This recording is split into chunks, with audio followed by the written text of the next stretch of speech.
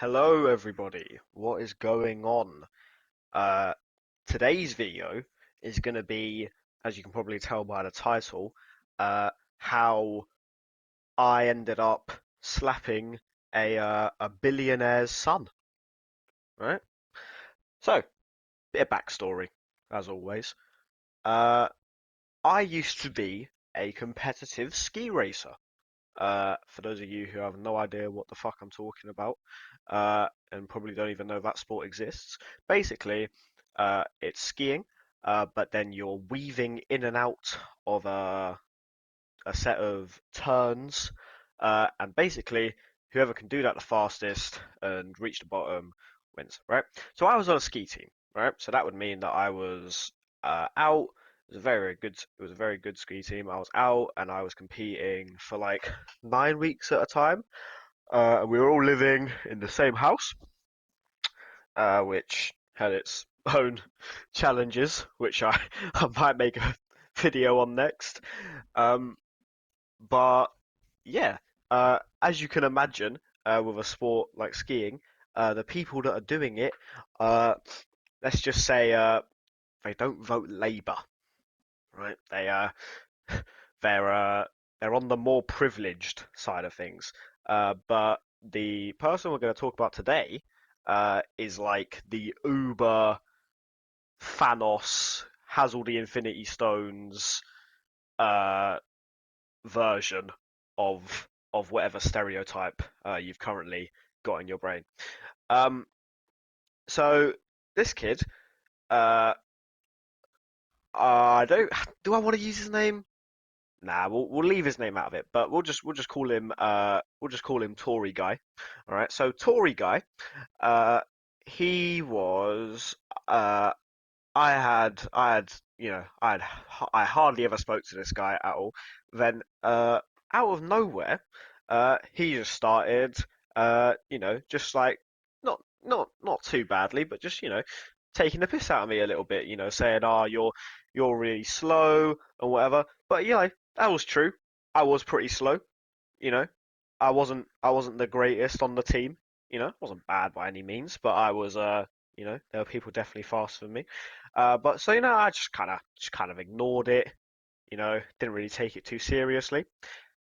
But it got to the point where this man or this boy, oh, bit of a screen freeze there, would wait for me at the bottom of the lift, uh, to take you up the slope. He would wait for me to get there just so after I've got on this uh fucking lift, he can take the piss out of me. So it's not even like, he's trying to uh make jokes in front of people or whatever, to get some Tory cred or whatever you want to call it.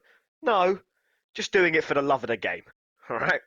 So he's done that, and he did that a couple of times, and I sort of just put my headphones on and tried not to listen to him, uh, and whatever. Uh, I'm not normally a very tolerant person, so I'm surprised I didn't already crash out on him on him then. Um, but I eventually, because we had like not like carers, but like people who were sort of like people like counselors, I guess.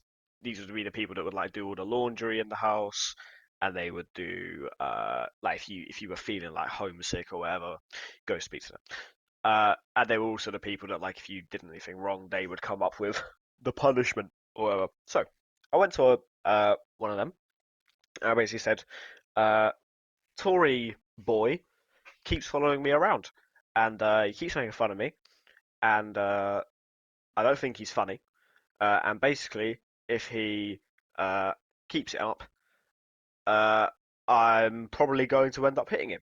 And they went, "Oh, okay, okay. Well, let me know then." Okay.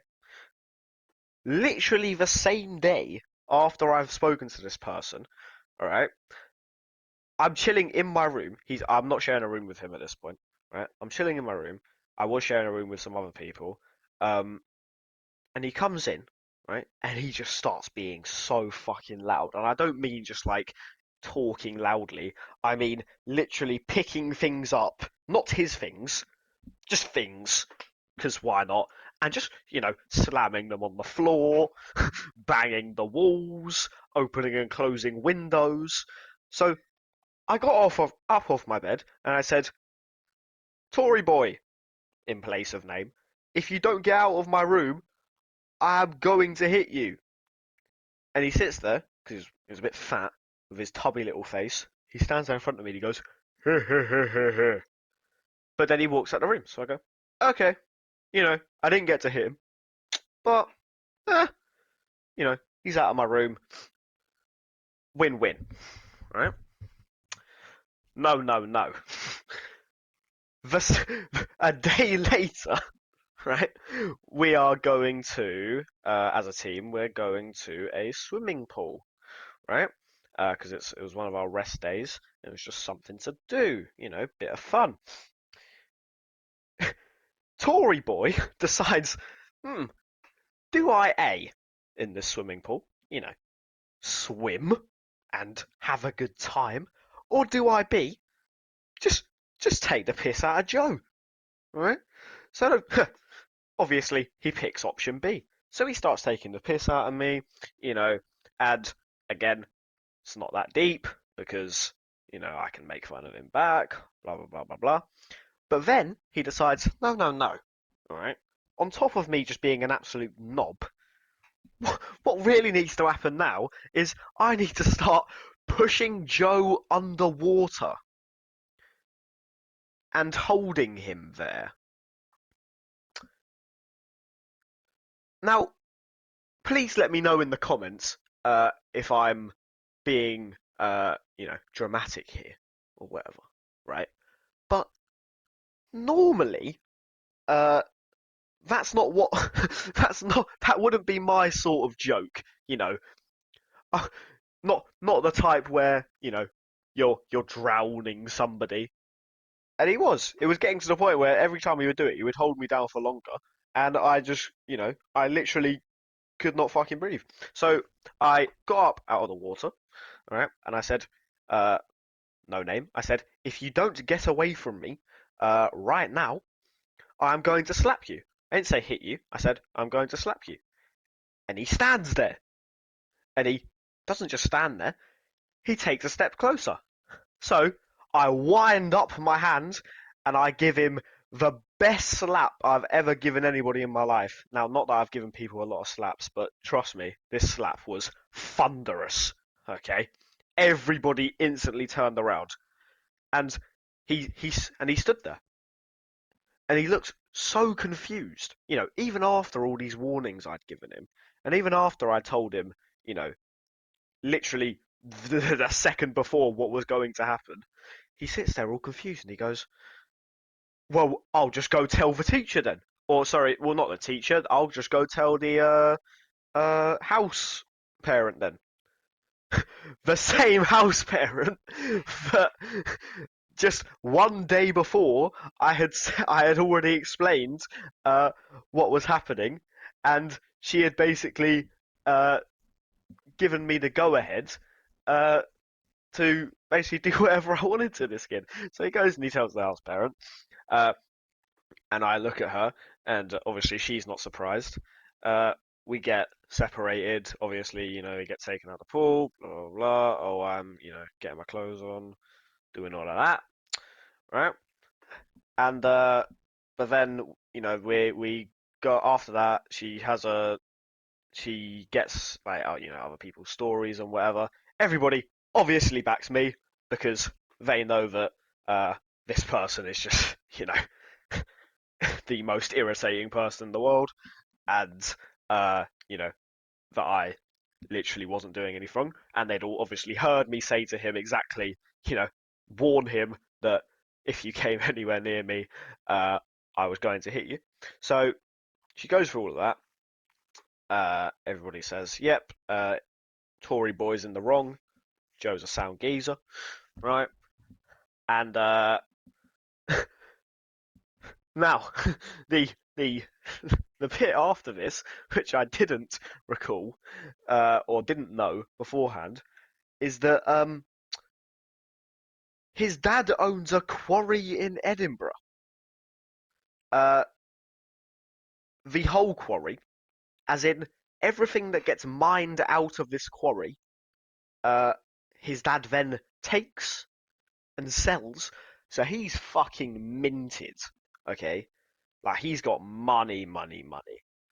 So much money that after the incident happened, his mum buys a buys the Austrian house next to the house we were staying in.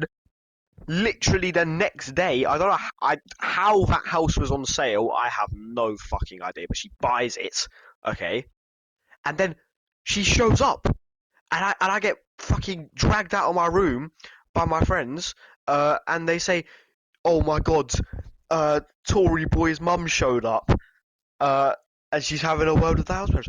So she's taken a flight the next day, bought a whole new house, just so that she can have a go at this house parent, and basically say this wasn't my fault because phone calls clearly don't exist, and that would just be too much, I'd imagine. All right. So I see her. She goes. She has a word with the house parent woman and whatever. And eventually I get called down, and they say to me, uh, "So Joe, we know that you're essentially completely in the right here. Problem is, uh, this person's mum is the top donator to the ski team, and essentially they need to keep them happy. Otherwise, the team goes bust because nobody will be getting paid, and none of the coaches will be getting paid because they won't be able to afford it." So I go, "Okay, right, I understand. So what are we going to do then?" And they said, "Oh, don't know, we'll figure it out." So they come back and they say, uh, so after they sit me and Tory boy down in the same room, all right, and they say, "Boys, you know, we know you go back and forth. It's not really a back and forth, but we know you go back and forth, and we know that you know you both you both want you both want to come out on top of this. Now we've come to a solution where none of you come out on top of this." I'm thinking, oh my god, am I about to get you know, am I about to get taken up? Am I about to have some grueling workout in front of me? No, boys, you're gonna have to both wash the wash the van at the same time.